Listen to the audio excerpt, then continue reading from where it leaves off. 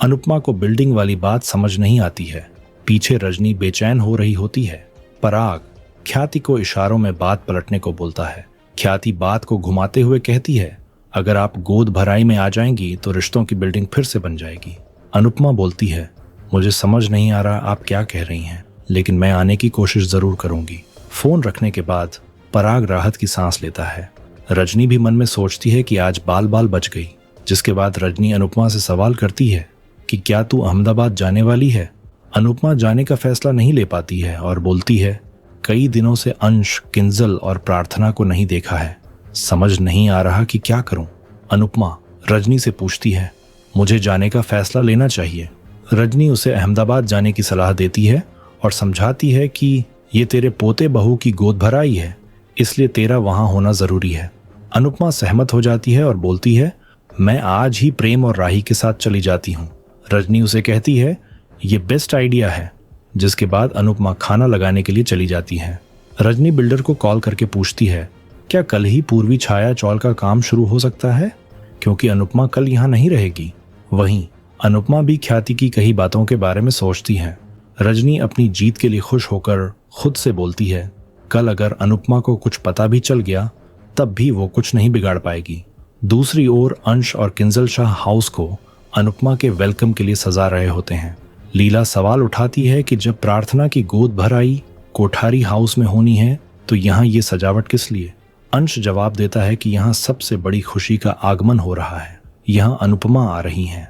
लीला को राहत मिलती है कि वहाँ मोटीबा के कड़वे जवाब देने के लिए अनुपमा मौजूद रहेंगी। इसी बीच बाबूजी अनुपमा के आने की सूचना देते हैं। सब खुशी खुशी उनसे मिलने के लिए दौड़ पड़ते हैं। अनुपमा एंटर करती है और अंश को गले से लगा लेती है।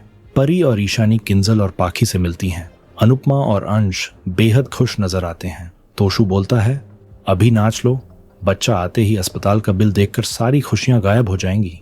अनुपमा समझाती है कि पिता को बच्चों की जिम्मेदारी संभालने में ही आनंद मिलता है। बाबूजी कहते हैं कि ये बात केवल वही समझ सकता है जो जिम्मेदारी निभाता है। अंश अनुपमा को फूल भेंट करता है।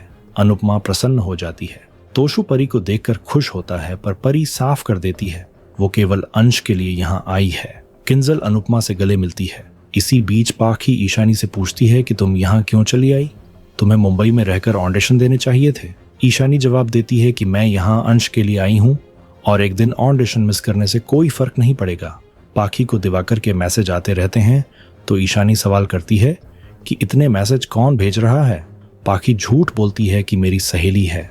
परी और ईशानी अंश से मिलती हैं। तोशु अनुपमा से मिलता है और उसे अपना नया बिजनेस दिखाता है। अनुपमा तोशु का पोस्टर देखकर अचंभित होती है। लीला अनुपमा से कहती है कि आज के दिन मुंबई को भूल जाओ, एक दिन तुम वहां नहीं रहोगी तो दुनिया खत्म नहीं हो जाएगी। दूसरी ओर रजनी मिठाई का स्वाद लेती है और वरुण से कहती है कि ये हमारी जीत और पूर्वी छाया चोल की हार का जश्न है। वरुण प्रेरणा के बारे में सवाल करता है। रजनी बताती है कि प्रेरणा को अभी हमारी प्लानिंग की भनक तक नहीं है और जब तक अनुपमा वापस आएगी तब तक बहुत देर हो चुकी होगी। रजनी वरुण को भी मिठाई खिलाती है।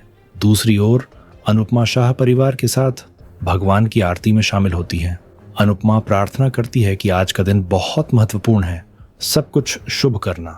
दूसरी ओर राही कोठारी परिवार को प्रेरणा से मिलवाती है और परिचय कराती है कि ये रजनी की बेटी है। ये सुनकर मोटीबा और पराग आश्चर्यचकित होते हैं। प्रेरणा खुद का परिचय देती है और बताती है कि मैं प्रेम की कॉलेज की फ्रेंड हूँ।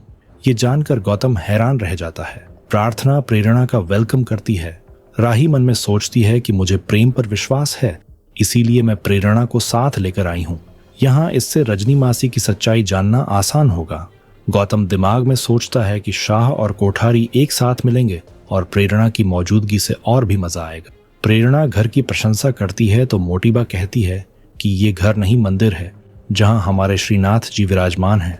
प्रेरणा तुरंत कहती है कि श्रीनाथ जी तो सबके होते हैं, सिर्फ आपके नहीं हैं। मोटीबा राही से कहती है कि प्रेरणा को यहाँ के नियम बता देना। प्रेरणा हैरानी से कहती है कि नियम तो हॉस्टल में होते हैं, क्या ये हॉस्टल है और ये इसकी वार्डन है? सभी हंस पड़ते हैं। प्रेरणा समझाती है कि मैं तो मजाक कर रही थी।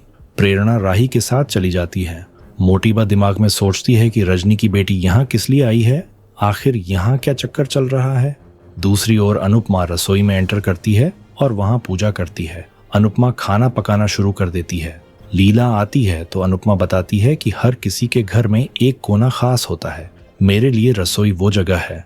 मैंने कई बरसों तक इसी में अपने सुख दुख साझा किए हैं।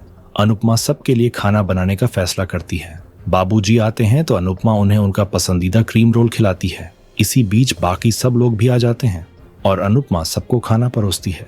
सभी काफी खुश होते हैं। दूसरी ओर राही प्रेम को खाना तैयार करते हुए देखती है और उसे अनुपमा की बात याद आती है कि रजनी और प्रेरणा की वजह से उसके और प्रेम के रिश्ते में दरार नहीं आनी चाहिए। प्रेम पर भरोसा बनाए रखना और सबसे अधिक ध्यान पति का रखना। राही और प्रेम बातचीत करते हैं और राही मजाक में कहती है कि इतनी खूबसूरत पत्नी तुम्हारे सामने खड़ी है और तुम पकौड़े बनाने में मग्न हो। प्रेम जवाब देता है कि रोमांटिक होना तो मेरा काम है, तो आज ये बदलाव कैसा। राही मुस्कुराकर कहती है कि अब से मैं भी रोमांटिक हो गई हूँ। प्रेम खुश होता है और राही को किस करने लगता है। तभी राही हट जाती है। प्रेम राही के पीछे भागता है और उसे पकड़कर किस करता है। इसी बीच गौतम और माही उन्हें देख लेते हैं। प्रेम अपने पकौड़े चेक करने जाता है।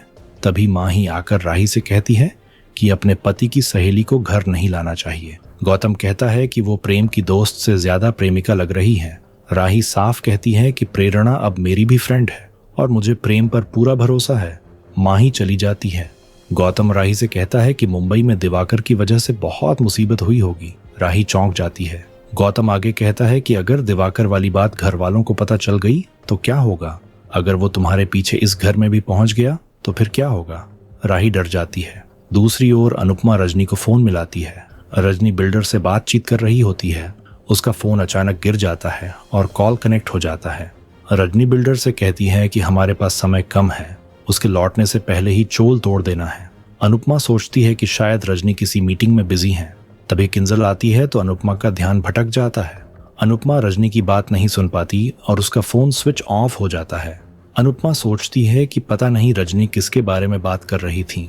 दूसरी ओर पाखी और दिवाकर साथ में बाहर घूम रहे होते हैं। पाखी उसे शाह हाउस दिखाती है। इसी बीच प्रेम और राही वहां पहुंचते हैं। प्रेम राही से कहता है कि परेशान मत हो, दिवाकर को इतना पीटा है, अब वो हमारे सामने नहीं आएगा। तभी राही दिवाकर और पाखी को एक साथ देख लेती है। प्रेम और राही हैरान हो जाते हैं। पाखी और दिवाकर घर के अंदर चले जाते हैं।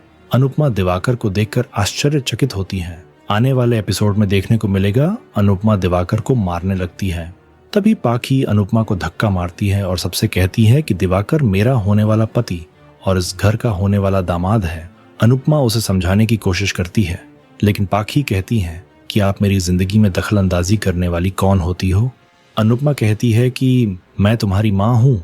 सभी हैरान रह जाते हैं।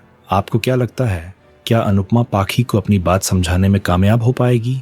कमेंट करके जरूर बताइए।